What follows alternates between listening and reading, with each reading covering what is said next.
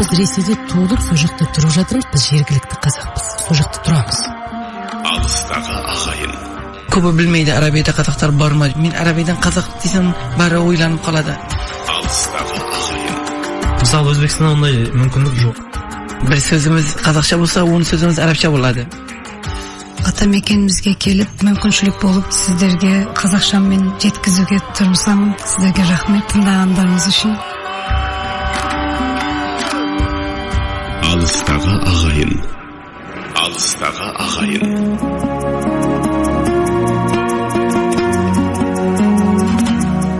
Армысыздар, ардақты радио тыңдаушы. Алыстағы ағайын хабармен микрофон алдында Жазира Мантайқызы. Мәдениет өкілдері мен өнер иелеріне шалқар шабыт сыйлап, жүрек тебірентер шығармаларына арқау болған Батыс Еуропадағы ең ірі өзен Рейн. Ұзындығы 1320 шақырымға созылатын өзен Швейцария, Австрия, Нидерландия, Франция арқылы ағып, солтүстік теңізге құяды. Германияның Кёльн қаласы осы Рейн бойында орналасқан. 1 миллионнан астам халқы бар. 100-ден астам ұлттың өкілі достық пен ынтымақтастық аясында өмір сүріп жатқан Кёльнге біздің қандастарымыз ең алғаш 1920-40 жылдар аралығында бара бастаған. Ал бірақ мұндағы шын мәніндегі қазақ диаспорасы тағдыр жазып, әртүрлі себептермен 1960 жылдардан бастап қалыптасқан. Атамекеннен шалғайда, үлкен мәдени ортада ғұмыр кешіп жатқан еуропалық қандастарымыздың бірі Шығайып Ерол. Осыдан бірнеше жылдар бұрын Қазақстанға, Алматы қаласына келіп, біраз еңбек еткен. Қазіргі уақытта Германияның Кёльн қаласында тұрып жатқан қандасымыз елордамыз Астанаға алғаш рет қадам басты. Менің атым Шығайып Ербол болады. Германияның Көлін қаласынан келемін. Астанаға алғаш келгенім. Астана өте әсем қала. Бұрыннан суреттерден, теледидардан естігенбіз. Өштерде өз көзімізбен көрдік. Жетістігі дүние жүзінде атаулы сұлу қалалардың бірі болған көзіміз жетті. Біз де оған мақтандық, қуандық. Енді Көлінде қанша жыл тұрып жатсыз? Ол жақтың салт дәстүрі?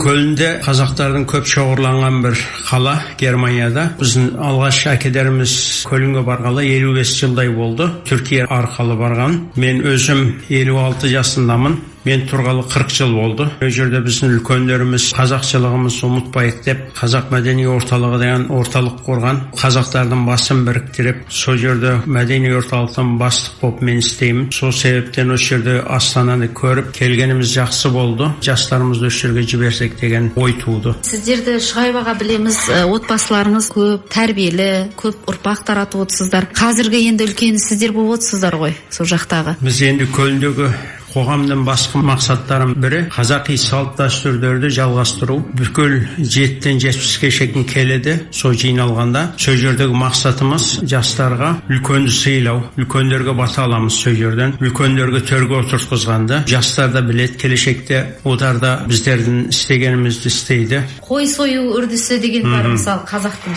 салт дәстүрі. Соны жастар біле ме? Енді біздің қазақ ол жерде түрік мұсылман халық отырады. Мұсылман халықтар немістердің сойған малын жемейді. Сондықтан сол біздің отырған Көлін қаласында 3-4 тана қой соятын өзіңіз барып бауыздап алатын жер бар. Біздің қазақтар көп ет жейді ғой. Сондықтан қазақтар әге соятын қасаптарға қойдың жіліктеуін, мынау сауда ғой. Қазақтар көп жеген үшін маған келсін деп жіліктеуін үйреніп алған. Бізден жақсы жіліктейді. Оның жақсы жағы да бар, жаман жағы да бар. Жақсы жағы қолыңыз тимейді, кәтеліңізге салып үйіңізге кетеді. Жаман жағы келешек бүгін өзі жіліктемей ұмытып кетеді сол жіліктеуді. Жерде мұсылман мешіттері бар. Дінімізді, тілімізді бірге алып жүруге тырысамыз. Шығайбаға, мынау әуежайдан сіз түскен кезде Астанаға ерекше әсер еткен не жағдай болды сізге? Әуежайынан таңғы 3:30-да түстік. Жан-жағымыз машинада отырғанда сұрап жатырмыз, қаншатыры қай жерде, бәйтерек қай жерде. Сонда біздің шофер айтып жатырды, міне жер ателіп, Астананың шынында бір көрсек деген. Мен Алматыда көп уақыттар болдым. Астананы көрем, сол арманға жеттік. Жақсы сұлу қала. Енді арманым мына өзенді көру дедім. Үлкендігінде ар жағын бер жағын сол өзенді суреттерден көретұғымыз. Пирамида бар, Хазрет Сұлтан мешіттен бәйтерекке шығу. Енді сіздер оны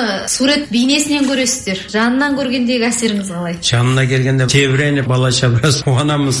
Көзбен көрген басқа ғой. Соны армандап келіп көрген тағы басқа. Көліндегі отбасылық қазақтың салт дәстүрін ұстанудағы сол жағынан айтсаңыз, отбасында қалай тілде сөйлесесіздер? Отбасымызда үлкендерді сыйлаймыз. Елің қалай болса бөркің солай дейді. Менің өз әке шешем 84 жасында, әкем 80 жасында шешем өздері бір пәтерде бөлек отырады. Бұрын қазақтың неменесінде кенже ұлымен бірге отырады ғой. Сөйтсе де біз аптасында мен 1-2 рет барсам, інім барады. Ол кісілер үйінен кісі үзілмейді. Сол кісілердің әсері, әсіресе менің әкем қазақ неменесіне көп бізді насихаттайды. Біз шетте жүрсек те баламыздың немередердің бәрін атын қазақ тілімен қойды. Менің 3 балам бар: Жәнібек, Асқар, Айгүл деген. Оның інімнің баласы Ардақ, Ерболат, Жібек, Сайра деген Түркиядегі ағам бар. Содан енді бұны айтқаным, шеттегі қазақтардың көбісінде соңғы кездер қазақ аты қолданылып келе жатыр. Неге десеңіз, қазақ аты болса біраз өзін қазақи болып білініп тұрады ғой. Үлкендеріміз әсіресе түрк тілін біліп тұрса да қазақ тілімен сөйлейді. Бала ұқпаса да кейін қазақшаны түсініп алады. Бірақ біздің жастарымыз өз арасында неміс тілімен сөйлейді. Қазақ тілін біледі деп айта алмаймыз. Енді мына Қазақстанға келген мен байқағаным, бірнеше жас осы Қазақстанға келді. Қазақстанда келгенде өзі елін, жұртын көргенде ішінде бір әсер болып, өз-өзін үйреніп кетеді. Алматыда бір қызымыз 2 апталығына келген, бұрын қазақ тілін түк білмейтін, әзір балаларға өзі би үйретіп жатыр. Өзі талабымен ана телевизиондан, интернеттен қарап 5-6 баланы қазақ биін үйретіп жатыр. Аруана қартайса, ботасына ереді. Ырыспай Тиянақұлы. Еуропалық ағайынға Ыдырыс Ерол деп танылған абыз қария бүгінде Көлінде түтін түтеткен 129 қазақ отбасының ақыл айтар үлкен саналады. Бүгінгі сұхбатшымыз Шұғайып Еролдың әкесі. Әке көрген оқ жонар демекші, Шұғайып аға берекелі істің басы жасы үлкен қарияның батасынан басталатындығын үнемі ескеріп, 80-нің сеңгіріне шыққан Ыдырыс Еролдың және анасының берген тәлім тәрбиесін өзіне өнеге санап отырады. Әкем осы күнде шүкір 84 жасында, шешем 80 жасында. Ол кісілердің бізге ыңғай айтатын насихаты, өсиеті: бір-біріңмен тату болыңдар, тәтті болыңдар, қазақшылықтарыңды ұмытпаңыздар дейді. Соның арқасы мүмкін біз мысалы шетте туып өссек те қазақ тілін сөйлеп отырғанымыз сол үлкендерге құрметтің пайдасы деп білемін. Оттандастық отаны туған елде болып жатқан сүбелі табыстар, іргелі өзгерістерге алыстағы ағайын бізбен бірдей қуанады. Сол жетістікті әлбетте өздеріне ортақ бақыт санайды. Биікке шықсаң, көзің ашылады, жақсымен сөйлессең, көңілің ашылады. Шұғайып Ерол елбасының шетелге болған іс-сапарының бірінде мемлекет басшысымен жүздескен ғажайып сәтінде сұхбат барысында сағынышпен есіне алды. Президентіміз Нұрсұлтан Назарбаевтың жақсы бір қасиеті: ол кісі қай шет мемлекетке шықса, қазақ диаспорасымен кездесуді бірінші қолға алады. Түркияда болсын, Германияда болсын. Германияға келгенде сәті келіп, ол кісімен бірге кездесу сәті түсті. Германиядағы қазақ диаспораларымен кездессек деп бізге бір уақыт бөліп, сонда барғанбыз. ол кісінің қолын ұстап амандасып, 2000 жылында сол жерде ол кісі онан кейін түрегеліп бірге суретке түстік, естелік деп. Сол біздің өмірімізде ұмытылмайтын бір сәттердің біреуі. Ол кісіге бақыт тілейміз.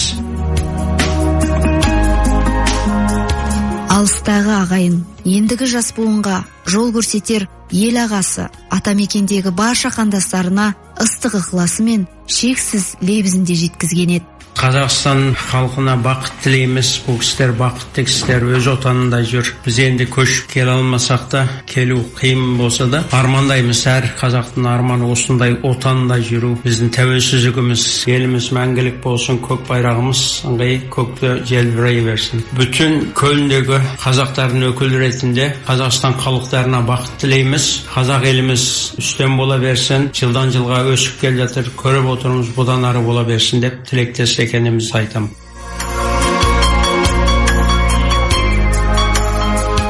Түбі бірге теппейді, өзегі бірге кетпейді. Әлемнің 40-тан аса елінде түтін түтеткен мұндай қандастарымыздың баршасының ыстық орда атамекені ол Қазақстан. Жырақта болса да жүрегі атамекенім, қазағым деп соққан алыстағы ағайынның туған топыраққа деген жүрек тебіренісі әрбір сұхбатта сезіледі. 3000-нан аса қандасымыз мамыражай ғұмыр кешіп жатқан Алманияның Көлін қаласынан Астанаға алғаш келген Шұғайып Ерол қандасымыздың да туған елге деген перзенттік махаббаты әрбір айтқан сөзінен анық байқалып тұрды.